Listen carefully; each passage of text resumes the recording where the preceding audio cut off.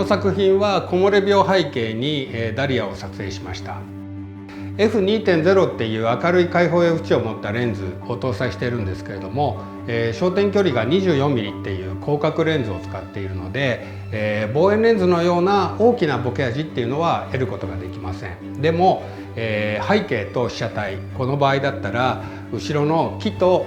このダリアをですねできるだけ離れてる、距離を作ってあげて、なおかつこの被写体にできるだけ近づいて撮影をしてあげると、このような綺麗なボケ味を得ることができます。被写体以外の部分をですね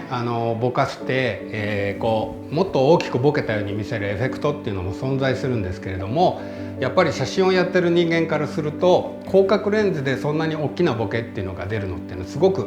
違和感があるんですね。でまた1.0 型のイメージセンサーっていう大きなセンサーを搭載しているから、この 24mm っていう広角レンズながらも F2.0 っていう開放 F 値があるからこそこのボケ味っていうのが得られるんですね。やっぱりエフェクトなんかで疑似的に作るよりも光学的なこんな風に綺麗なボケの方がやっぱり圧倒的に自然でいいですね。はい、じゃあ次の作品に行きます。これはですね渓流のちょっと落差がある水の流れを撮ったものになります。絞り値を F2.0 と F4.0、2つを切り替えることができるので、同じ条件であれば F4 にすると、光の量で2段分ですね、より遅いシャッタースピードを得ることができるので、このように水の流れを糸のように見せたりっていうことができるようになります。より遅いシャッタースピードを得たいなら、日が当たっているところよりも全体が日陰で光の量が少ない方がいいですし、ISO感度を低めにするとより遅いシャッタースピードが得られるようになります。その時にフォトグラフィープロを使っているとシャッター優先とか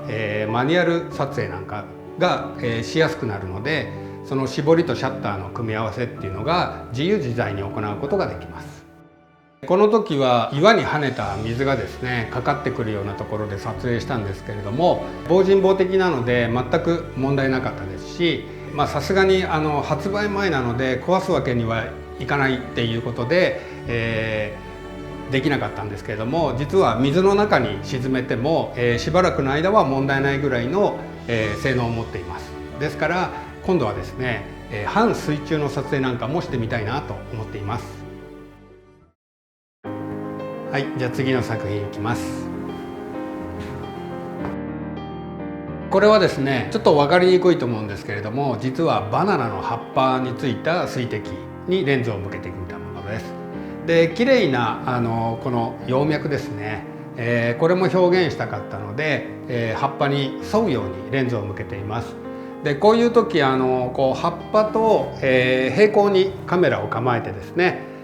この葉っぱ全体を撮るっていうことが多分多いと思うんですけれども、24mm っていうのは遠近感をすごく出しやすいレンズなので、こんな風に手前から奥まで、画面の中にできるだけ距離感のあるものをたくさん入れてあげると、こんな風に奥行きのある作品に仕上げることができます。このように小さい水滴を大きく撮ってみたいなと思う時にはオートフォーカスでもピント合わせることができるんですけれども、より大きく簡単に撮ろうと思っているならば、ピントの合わせ方をですねマニュアルフォーカスに切り替えてあげると、実は簡単に撮影できるようになります。でその時に、マニュアルフォーカスにして、しかも最短撮影距離まで、ピントの位置を動かしてあげる。でそれで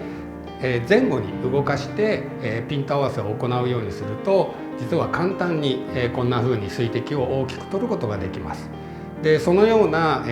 設定をですね簡単に切り替えられるのがフォトグラフィープロの実は魅力の一つなんですね。